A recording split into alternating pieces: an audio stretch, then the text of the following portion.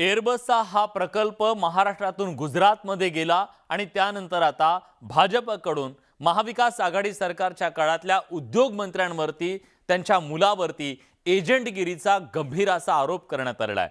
प्रसाद लाड यांनी माजी उद्योग मंत्री देसाईंच्या मुलावर केलेल्या या आरोपांच्या नंतर या संपूर्ण प्रकरणातलं गांभीर्य हे अधिक वाढलेलं आहे।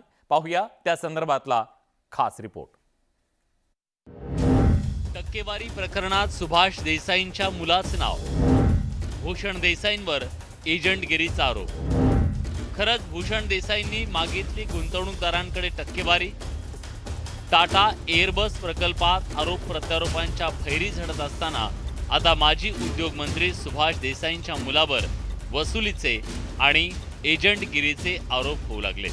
सुभाष देसाई उद्योग मंत्री असताना त्यांचा मुलगा गुंतवणूकदारांकडून वसुली करत असल्याचा आरोप भाजपचे नेते प्रसाद लाड यांनी केला।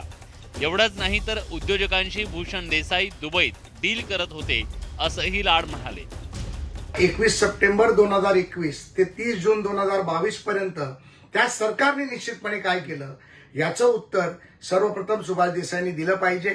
मला वाटतं की फॉक्सकॉन असेल, टाटा एअरबसचा प्रकल्प असेल, डीआरडीओचे येणारे मेक इन इंडियाचे प्रकल्प असतील, हे महाराष्ट्रात येण्यापासून कोणी थांबवले, त्यांचा एजंट कोण होता, भूषण देसाई कोण होते, कुठे बैठका होत होत्या, दुबईमध्ये काय बैठका होत होत्या, रेडी रेकनर भाव कसा मागितला जात होता, फायली कशा फिरत होत्या, याचं उत्तर देणं गरजेचं आहे।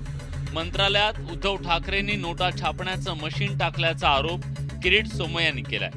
मला फक्त उद्धव ठाकरे सेनेच्या सरकारचे 2 उद्योग माहित आहेत। एक, त्यांनी मंत्रालयात मशीन छापण्याच्या नोटा बसवण्याची कंपनी काढली होती, हे मला माहित आहे। उद्योजक आणि गुंतवणूकदारांकडून टक्केवारी घेतल्याच्या आरोपांवर महाविकास आघाडीनं प्रतिआव्हान दिलंय।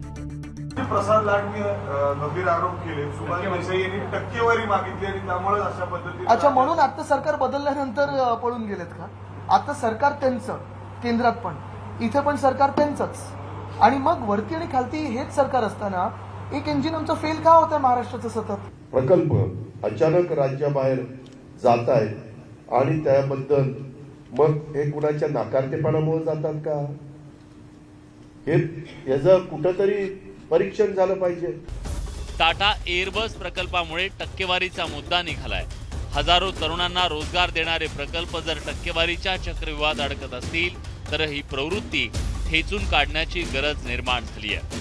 Bureau report, news 18 Lokmat, Mumbai.